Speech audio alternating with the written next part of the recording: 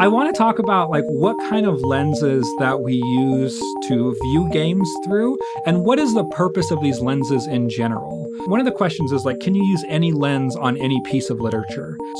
Some pieces of literature obviously lend themselves to like more obvious readings by like, some stories are way like Disco Elysium is way more like a Marxist reading of Disco Elysium is going to be pretty intuitive. But like you can apply other lenses to that. And so I guess I'll start by saying every time I play a game, or like many times I play a game, I tend to look at things from a very existential lens. And it's a lot of times about questions of purpose or ontology and like in what ways things exist and in what ways we experience things. My favorite games often reflect this. Skate Story, which is a game that is very much about purpose. And we just had the developer on. So if you're listening to this, you might enjoy our conversation that we have with Sam Ng, the creator of Skate Story. But that was a game very much about purpose. His purpose was a punishment. And what we usually find is like a positive reason to do something in Skate Story was kind of a burden to that character. And that's, and even though like the developer themselves would describe the game in a billion other ways before he described the game like that, I come to the game and that's like kind of the first thing I get out of it. And so an existential lens is one of the first things I apply to any experience that I can connect with. And so I guess we can just start out by asking like, what are the types of lenses that we tend to apply to games when we first experience them? So Jake, do you have a lens that you kind of tend towards when you start talking about a game? I do. So what I do just as a professor is I do research in the environmental humanities. So I'm always thinking about representations of the environment, of ecology. And then what you're getting at, Dempsey, with selfhood, is there non-humans that express selfhood, that express agency, that create identities and communities for themselves. So what you're talking about here, I totally get it, man. I get it. Now I'm going to do like a serious reading of balloons and try to, see what's going on there. Seth is shaking his head, right? Sorry, there's two of us today. So I always start with like an environmental perspective. Like, does this game have anything to say about the environment and people's responsibilities towards the environment? If they're trying to care for it, if they're trying to destroy it. I actually had a paper come out in publication on Metal Gear Solid 5. And this is what I was talking about. I was talking about pollution specifically and kind of how it's represented in the two different major locations of Metal Gear Solid 5 in Afghanistan and then the Angola-Zaire contested border zone. And I remember when I was first playing through Metal Gear Solid 5, which was my first Metal Gear Solid game, actually, I was thinking a lot about, okay, how do they talk about pollution in here? There's a very metaphorical way that they talk about it, but there's also a very literal way that they talk about it. And game design very much reflects that. If, Snake, punished, Venom Snake is wading through a river that is just completely chock full of oil, it slows him down and it causes specific problems. That game also has a really interesting tidbit on like saving endangered species or species that are keystone species in these war-torn areas. And you can take on these side ops where you can tranquilize certain animals and you bring them back to Mother Base, and you can build this platform that's like this conservation zone. And you can put plants and animals there that are at risk of being harmed or their population significantly reduced while you're in these, areas of conflict. And so that was one of the games where I was like, oh, you know what? I could maybe do my research with video games. It's kind of a silly thing to consider, but like oftentimes that's what I'm looking for. And there's actually this whole field of wonderful scholars who are looking at eco games and kind of how video games are discussing responsibilities towards the environment and kind of the spaces that non-humans, plants and animals can occupy in those locations. So that's the very first one I always look for is like, okay.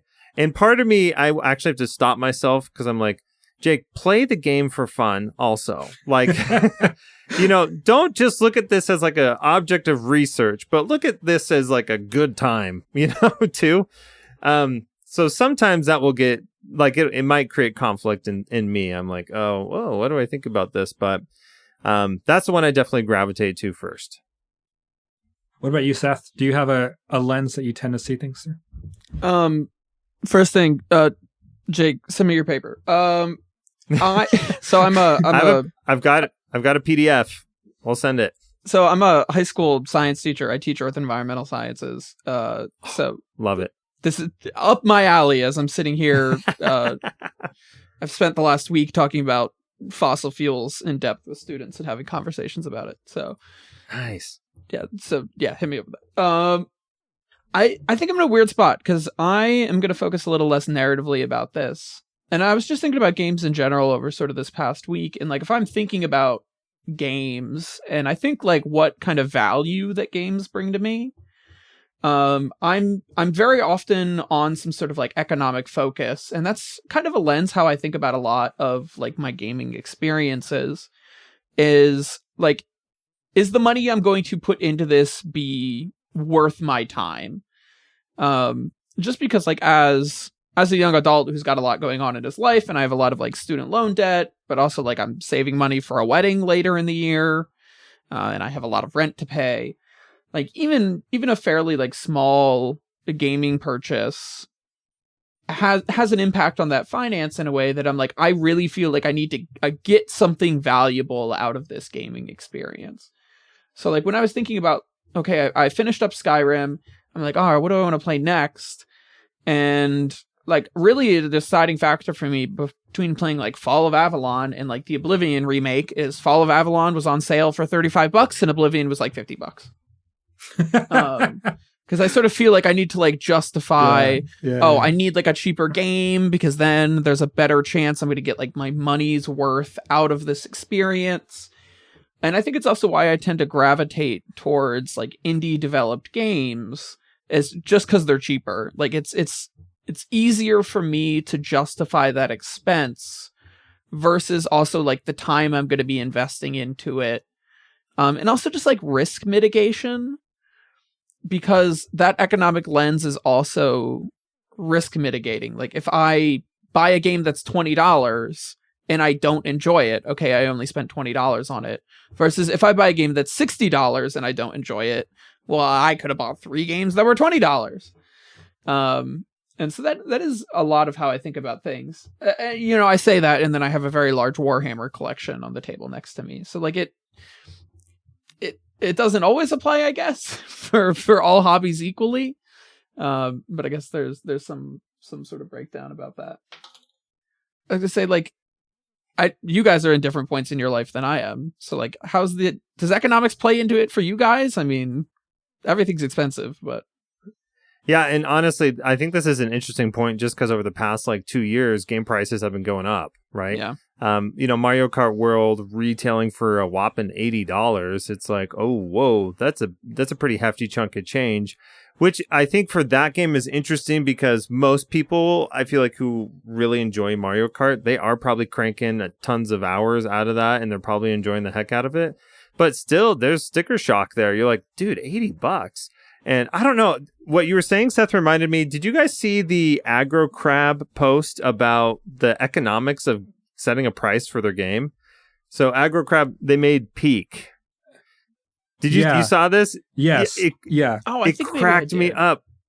It cracked me up, and I'm summarizing here, but it was basically like, oh, okay, so $10 is not $8, but $7 is $8, but it's like working its way down. Yeah, it was like $7 feels is $5. like $5, but $8 is $10 or something like that. Yeah, that's what it was exactly. And it's like $3, is not $5. $2 is free, and so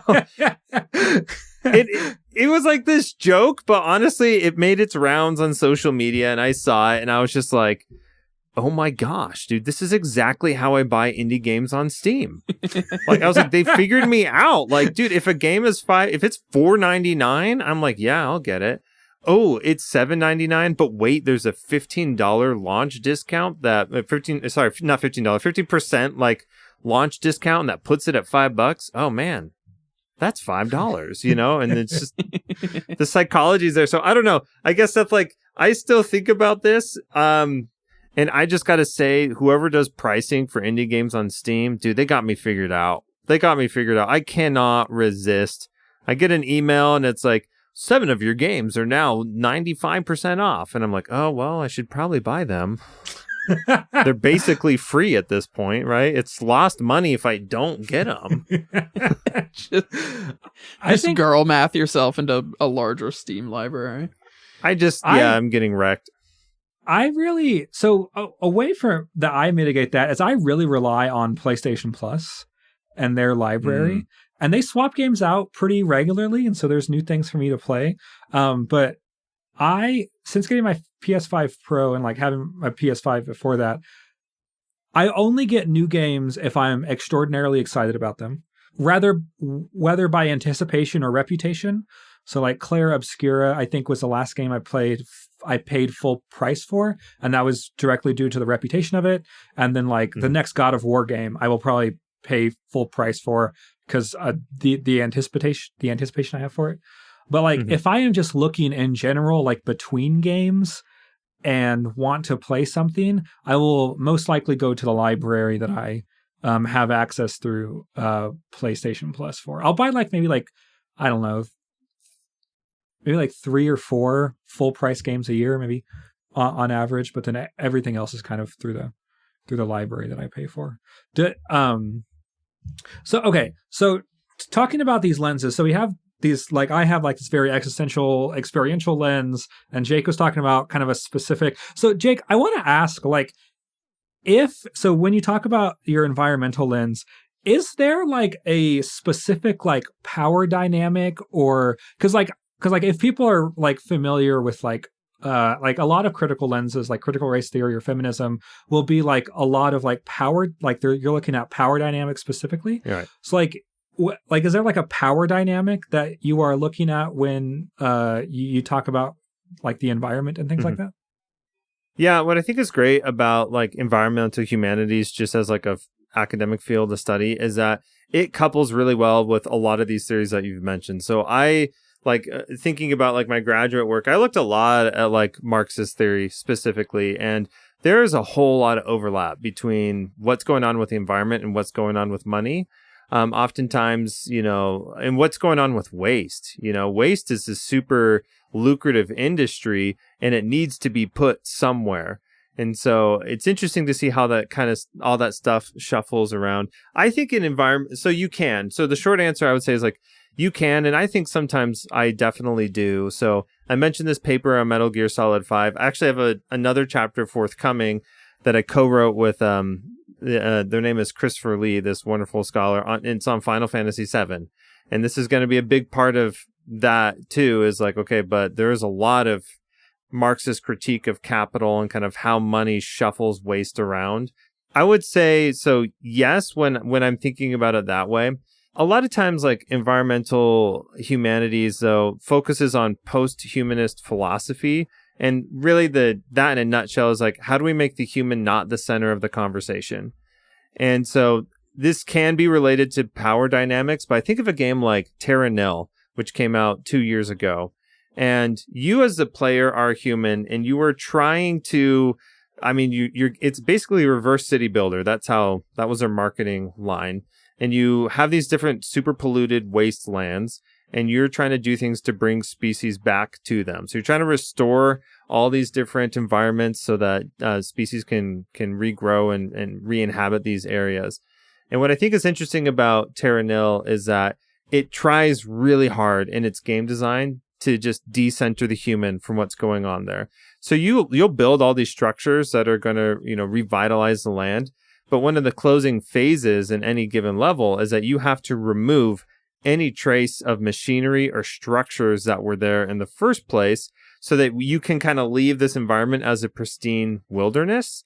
And I just think there are games that are okay, how do we, they have this post-humanist approach. How do we make humans not, in dominion over the planet or over an environment, but how do we kind of maybe not entirely remove them from the equation, but reconfigure them in the equation so that they're working with species instead of over or against species. So I think in some ways, the power thing is inevitable, sure. But what I do like about environmental humanities is that it is okay, other species, they have intrinsic value. how do we let that value, shine without it being something that is necessarily like beholden to human interest? Yeah, I was going to add on to this because it's interesting just I teach high school environmental science. And oftentimes I'm trying to work some of these aspects in, and it's difficult because I teach environmental science is a low level class at the high school I teach at.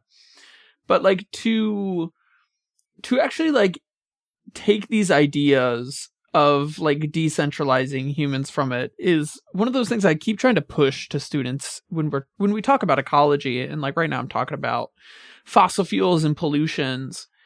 And I think because we're often in like a very human-centric lens, and it is probably true narratively, but also just like we're biased towards like a world in existence for ourselves, and trying to get students especially to understand that like the Earth was here long before us, and the Earth will be here long after us.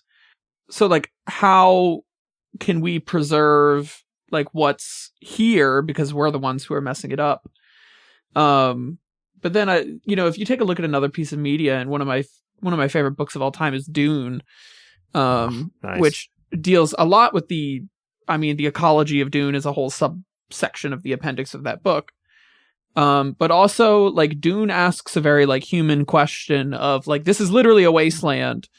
But how do we like respect the people that live there too? Is I think like an interesting sort of, it's like a weird reverse on that in a way that I don't totally know how to describe.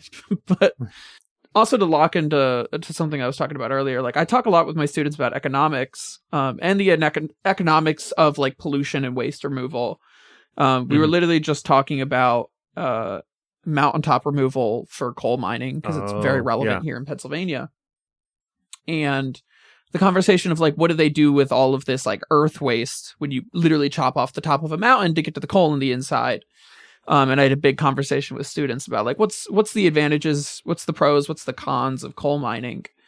And we talked a lot about like the people problem. Like there are people who have lived here for generations, and there was an interview with a guy who like his dad was a coal miner and his grandfather was a coal miner. And so taking that like economic lens into that conversation, I think was helpful for students to see it.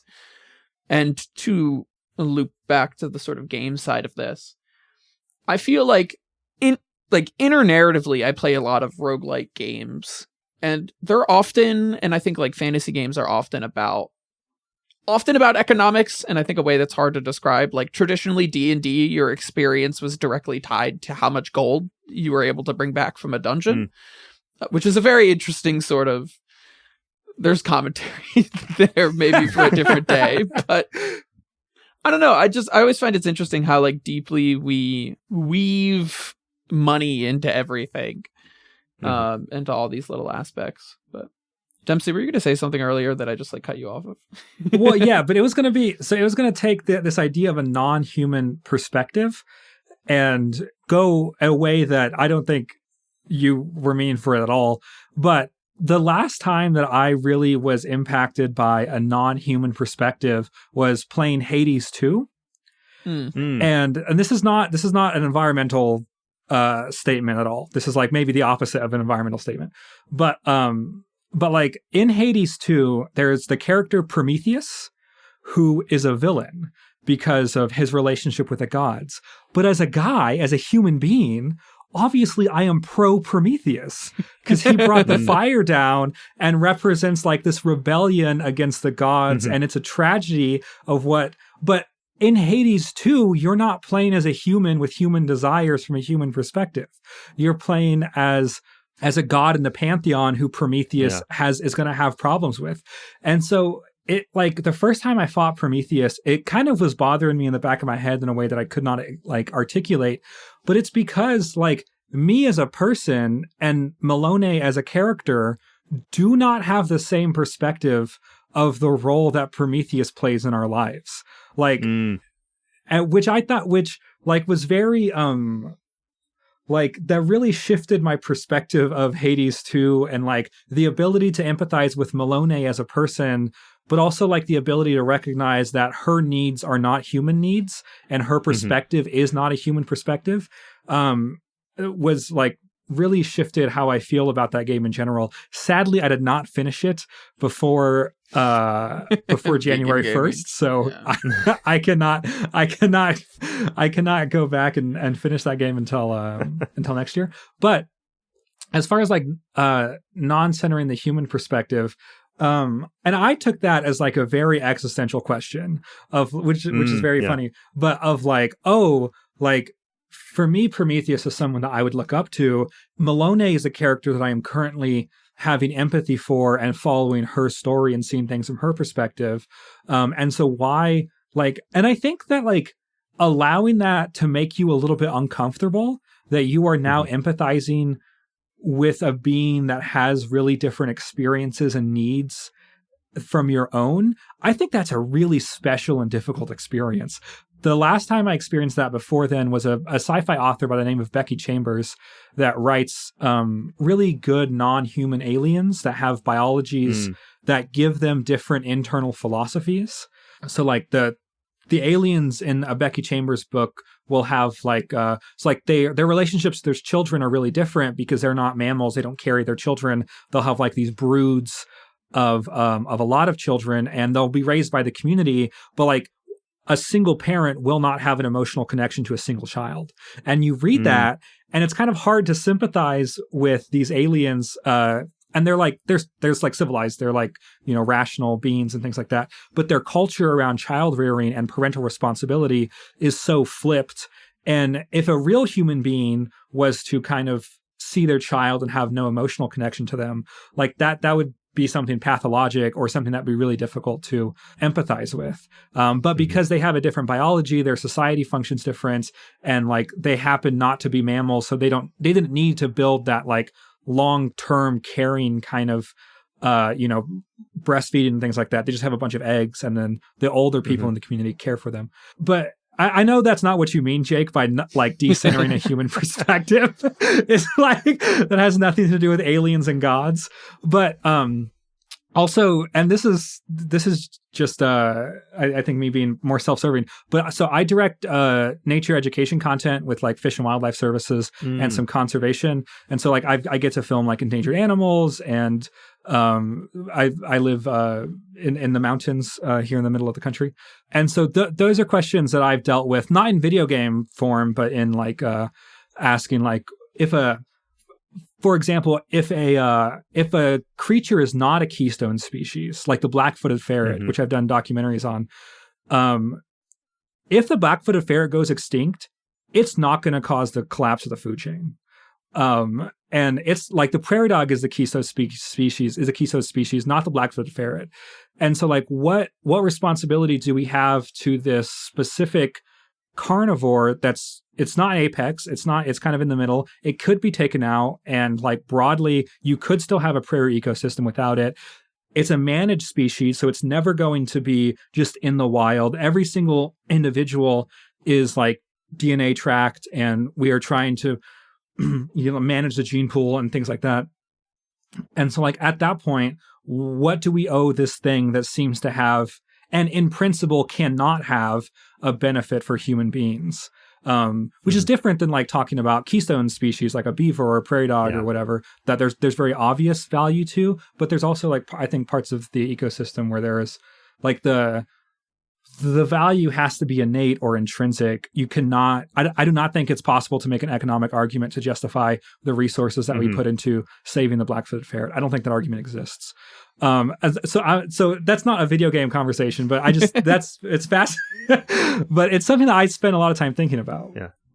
Well, I mean, I love that the point you brought up here. This is something that I was actually asked to speak at a local high school just about like what research in the environmental humanities and philosophy like kind of looks like. And it was interesting because we talked about this. There's a river delta restoration in the county where I live. And it was interesting. We talked about some of these similar principles where it's like, okay, we have this indicator species that was previously on the endangered list, and now it's just on like the threatened list, which is a victory.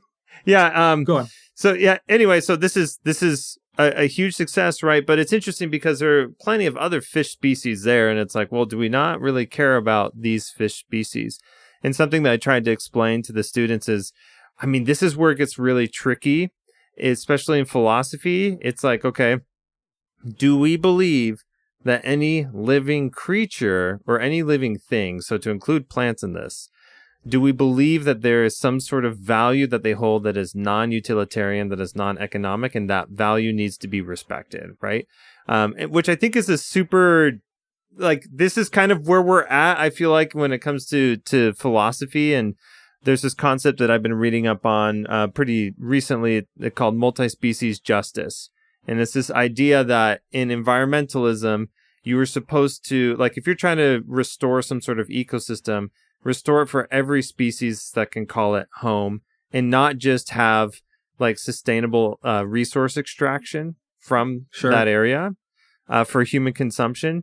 And I think it's interesting, right? It's like, okay, where and how do we want to put value on these things, and what type of value is it? And Dempsey, actually, listening to you talk, it made me think a lot about just like game design.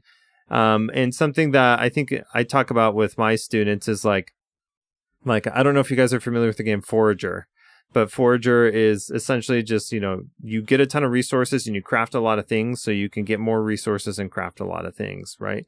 And it's kind of one of these games that you can beat it, but you can also just play it indefinitely the way that it is. And so this is something with students, I'm like, okay, in this game's design here, how does it assign value to resources? And I remember once, like, you have like this it's this tiny island. I want to say it's like a 15 by 15 grid island. And we were playing it in class, and the student that was playing it was being a little cheeky about it. So I was like, okay, let's push this a little farther. I was like, can you completely empty this island of all resources? And so for the next 5 minutes, the class is like, to this student, they're like, do it, man, do it. Like, you got to do it. You were challenged by the professor, man. Like, you have to clear this island. And they managed to do it. I was shocked because, in games like this, the resources they're on a timer and they'll populate after a certain amount of time. And I was like, wow, okay, I can't believe you did that. But 2, what does this say about this game's design? Did you break it? Like, the game is not supposed to operate like this. Like, you're supposed to have infinite resources. They're just supposed to be on timers. And so I think that these principles, and this is what I look at when I'm looking at games at research, I'm thinking, okay, how does this game design tackle or present like a specific idea about value in the environment? Okay. Yeah, I think that's a good place to end. No, so I want to ask a specific question about that. Okay. So this is going to be a question about like what can we expect games to say? Because at the end of the day, like the things in the games, the resources are going to be used for goals that we have and are created we are extracting these resources in order to do something with. I think it's really hard to think of it, because that's how you, I think, provide like action or provide some kind of activity to the player, is they're tools that then are, they're really like, it's like a layer of aesthetic, right? Like, you could break these down into logic symbols, right? So like it's a layer of aesthetic that we're putting on this to facilitate an activity. And so like, do you think that there are some things that video games just will never be able to say about the environment because of the nature of the need for like a win state, a need for a goal, a need for resources and some kind of progress and things like that? Like, do you feel like the medium itself is always going to tend towards saying one thing over another thing when it comes to like environmental themes and things like that?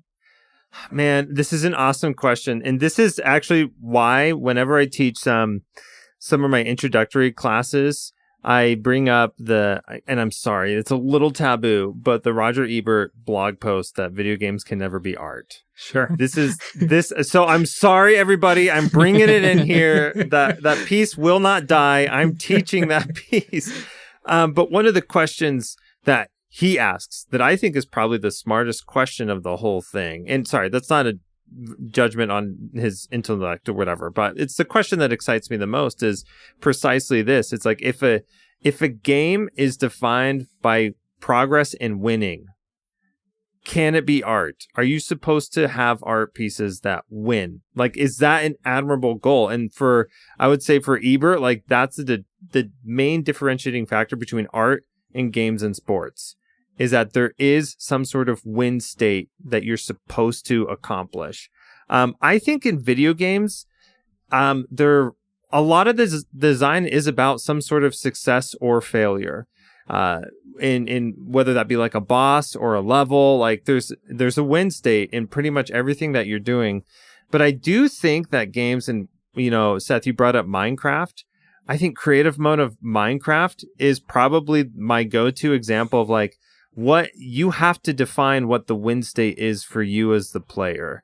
And I think that there are other games like that. And I think that kind of game design does sort of break away from forcing like a success or win to define like if you beat a game or if you've made some sort of accomplishment in it.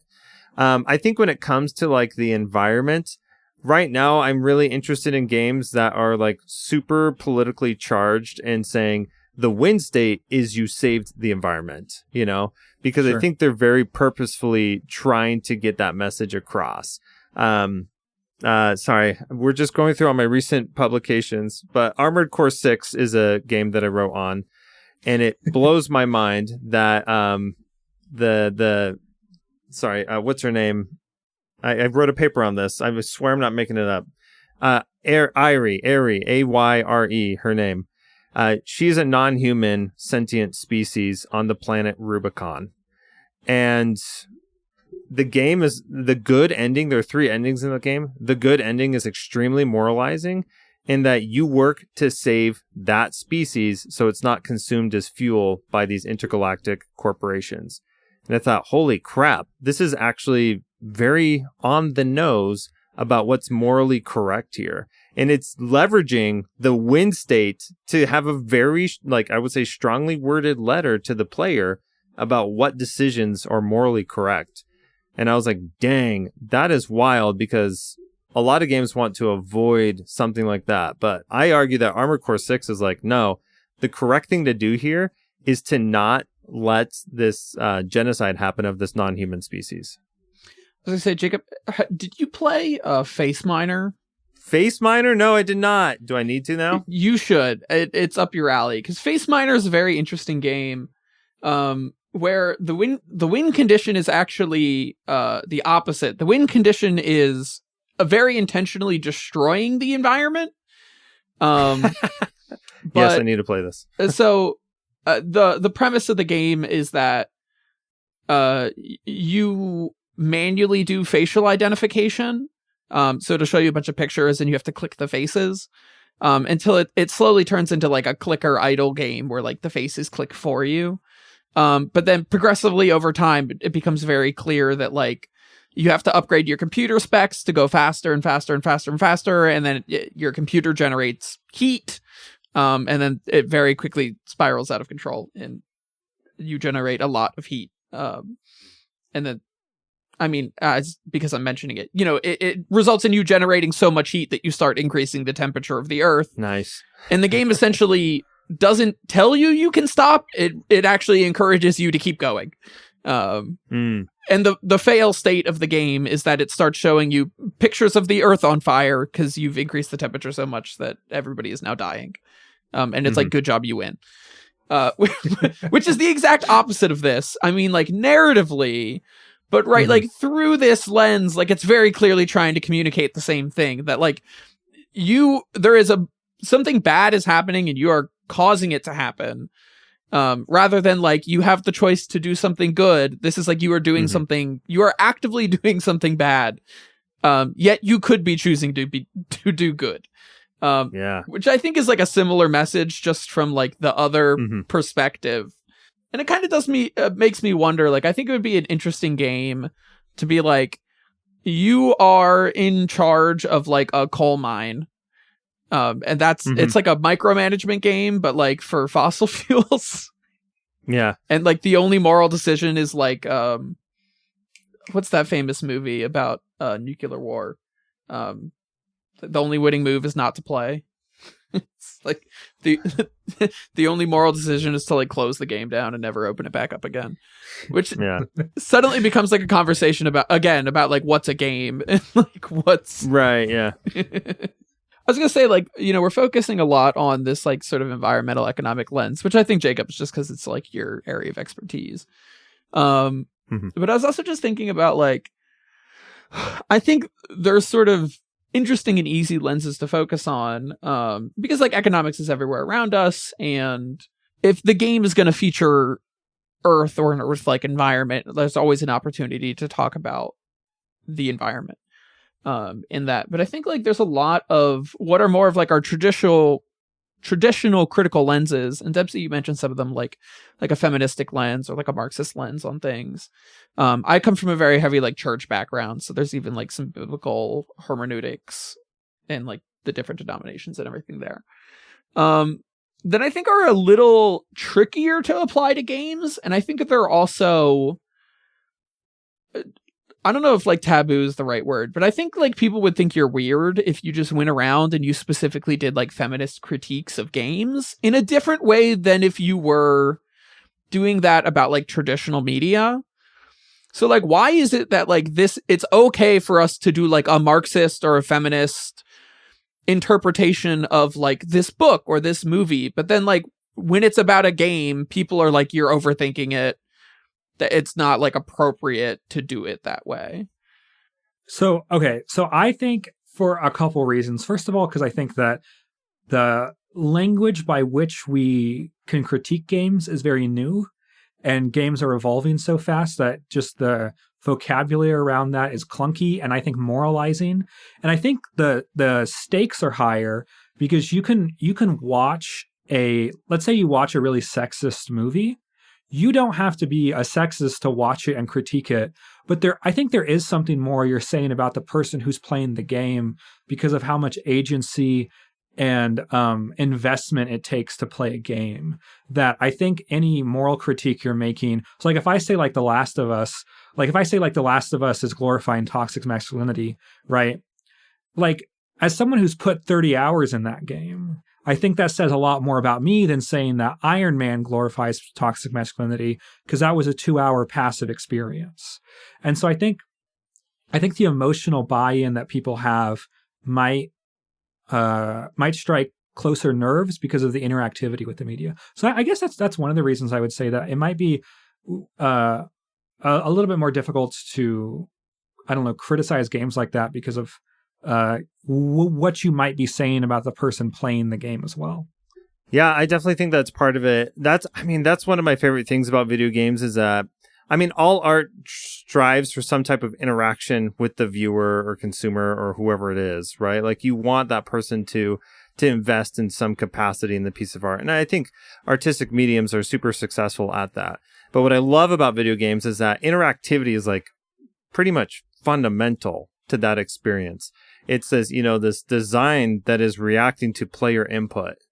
And I think I agree. I think in some ways, I think video games are really weird as an artistic medium because, one, they take so long to complete. It's really like books and video games, I think, are probably some of the most time-consuming artistic mediums that you can have, right? What's funny about video games is that, like, a 5-hour video game is short, but a 5-hour movie would be hell, right? Like... Like, I don't know, they're pitching a movie and it's like, guys, and the runtime is 5 hours. Most people are going to nope out of that. They're going to be like, I don't have 5 hours to do that. Yet on a Friday night, I'm definitely going to sink 5 hours into whatever game if I don't have to get up early the next day. So I think that, yeah, video games are just, one, I think they're not all that compact.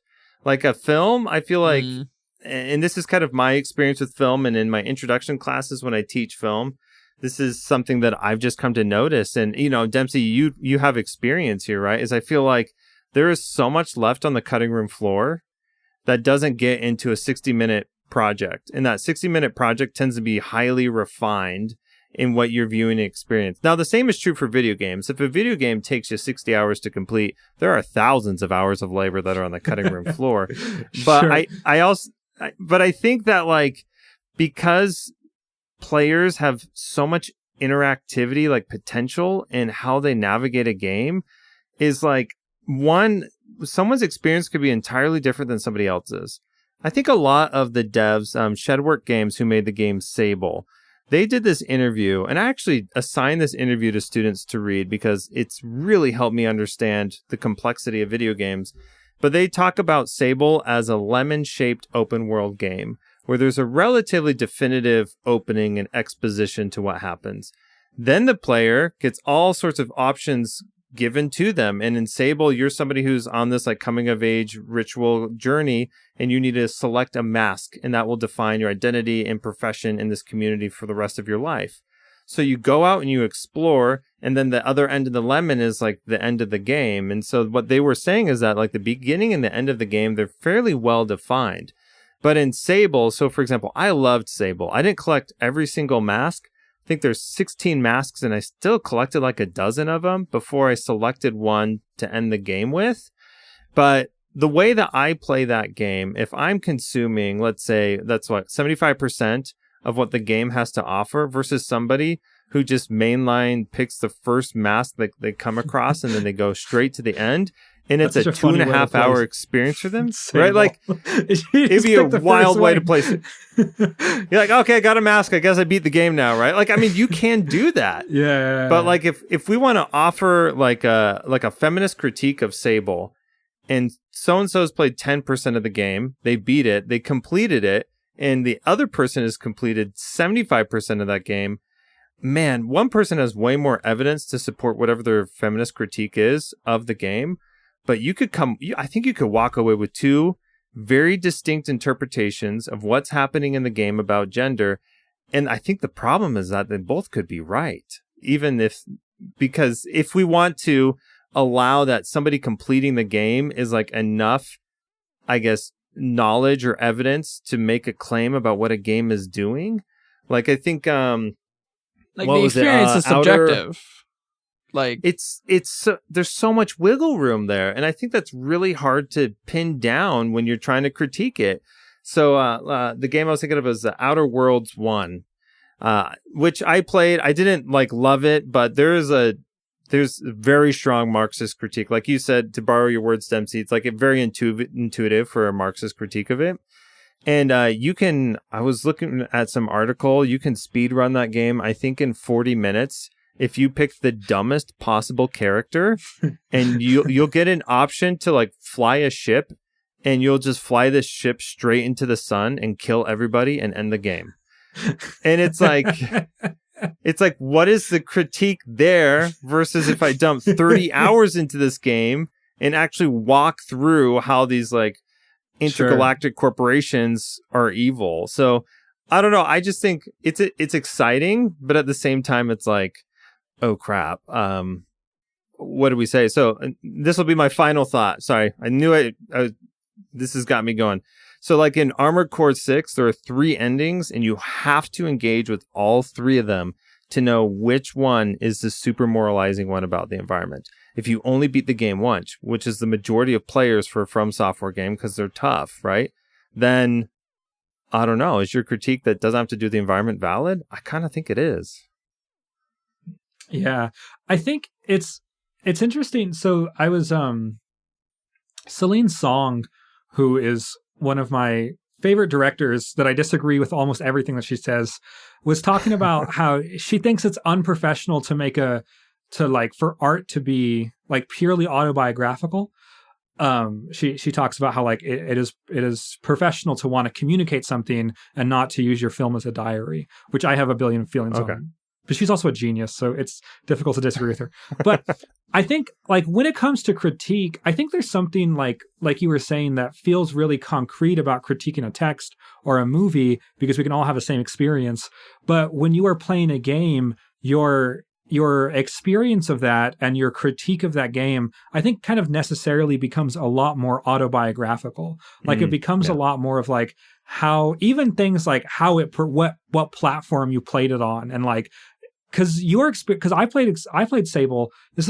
I played Sable and the performance was not very good, and so like I think that although like in theory I could separate that from like the content of what it's talking about, I can't really separate it from the content. And so I think video game critiques are they're so autobiographical and require so much on like your subjective first person perspective that it maybe it's tricky to, especially like how college professors talk. But they're so specific. Yes, we are. They're very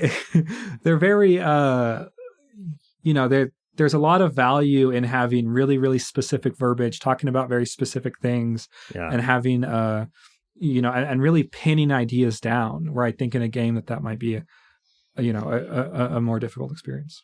Yeah, I was going to make 2 points as we I know we're coming close to time here, but I was going to say, it's one of those things that's tricky, and I have to teach students a lot, coming from this science background, where I think ultimately one of the goals of science is to like find some sort of objective truth about the universe we live in.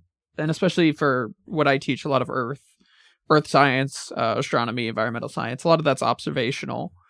And teaching students to be like, okay, how do we actually like take evidence, make a claim? And it's one of those things that I find tricky about games. It's just like the subjective experience of it, and how to have conversations about it.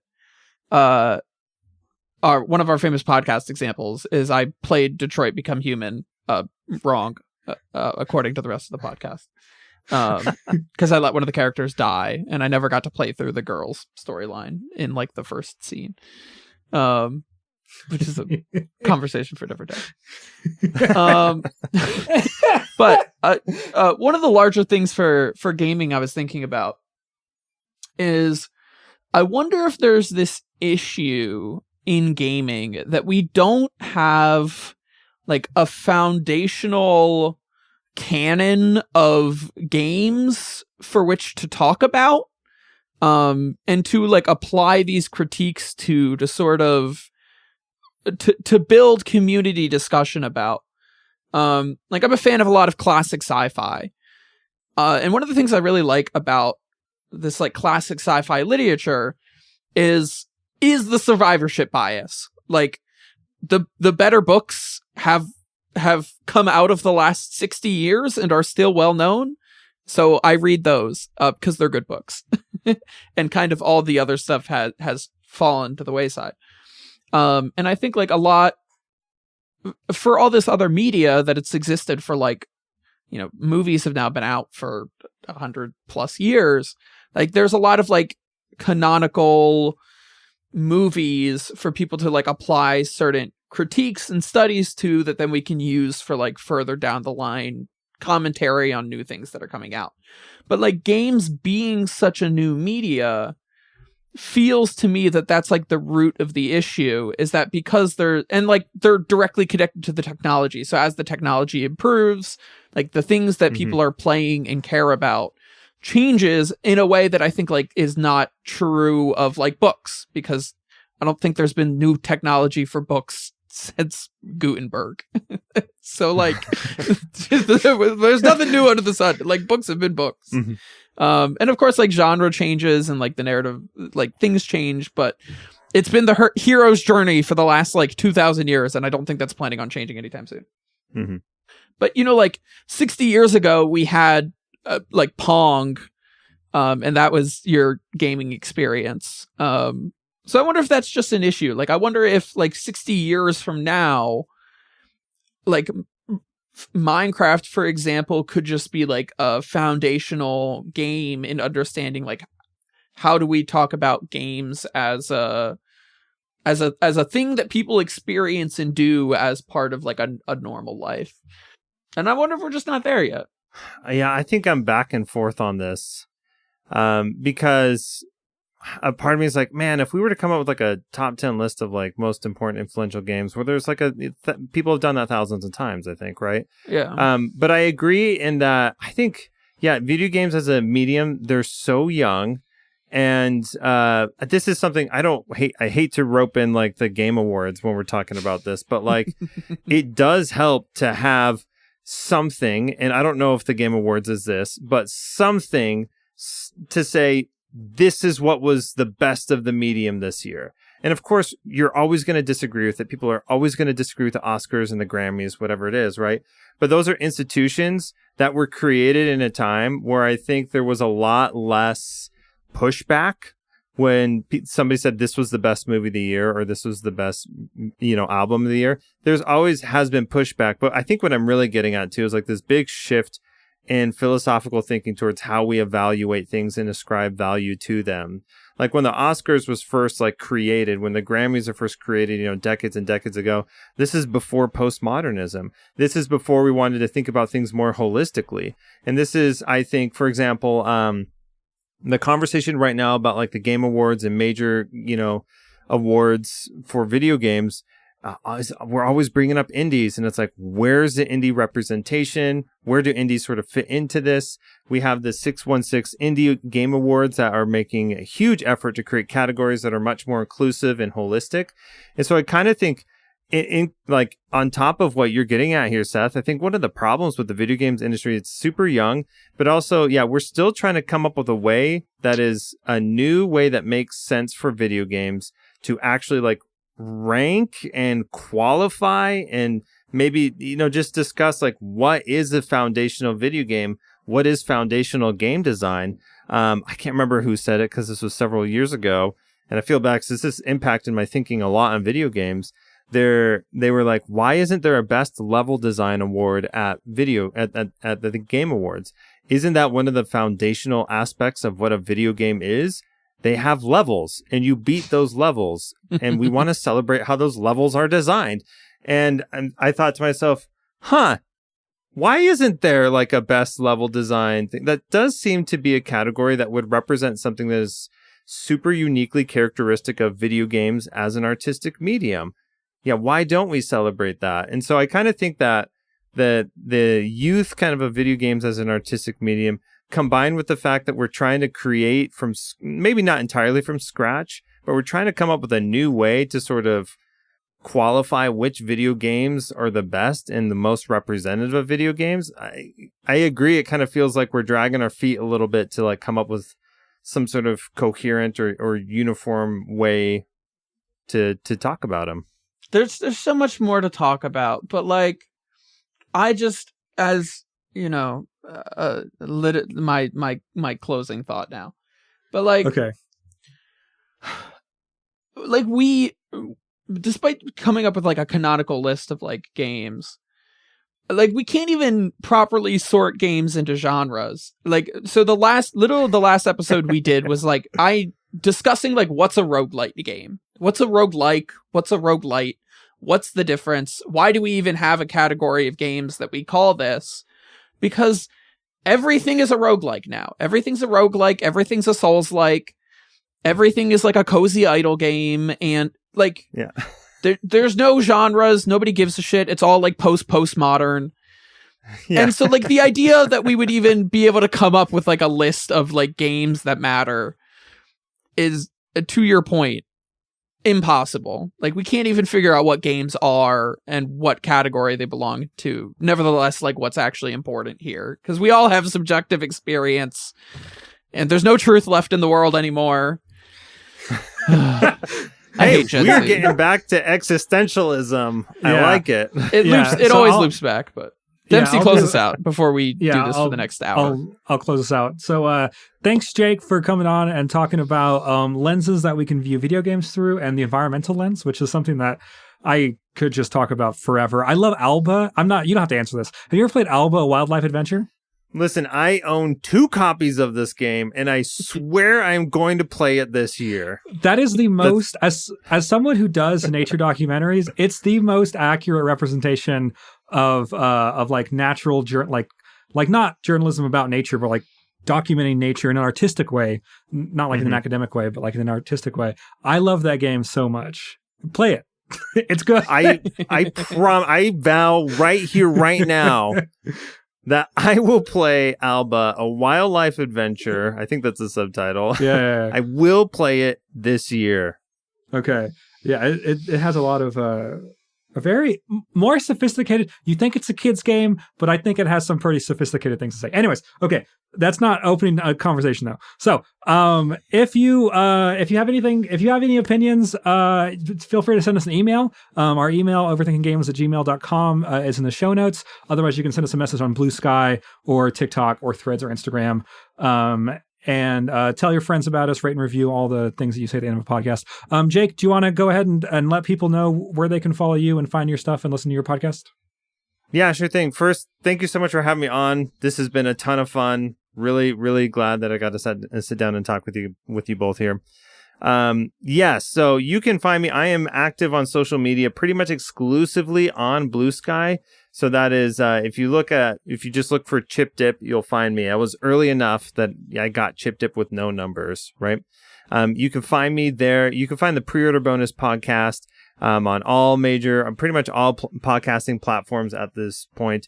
It has terrible SEO. This is something that I tell people. The Pre-Order Bonus podcast has terrible SEO because Pre-Order Bonus is for freaking everything. So if you want to find us, do Pre-Order Bonus Jacob or Pre-Order Bonus Cameron, and we will be a top hit there. And then if you enjoy Twitch, I'm on Twitch at twitch.tv/chipdip18. The channel has kind of evolved into very Lord of the Rings themed. And so there's a lot of stuff, Lord of the Rings and indie game related on there. Those are the best places to follow me. You're teaching a class about that, right? You talked about it on a recent I am, episode. yeah. Okay, I will keep this to 10 seconds. I am teaching an upper division class called Environmentalism in Lord of the Rings.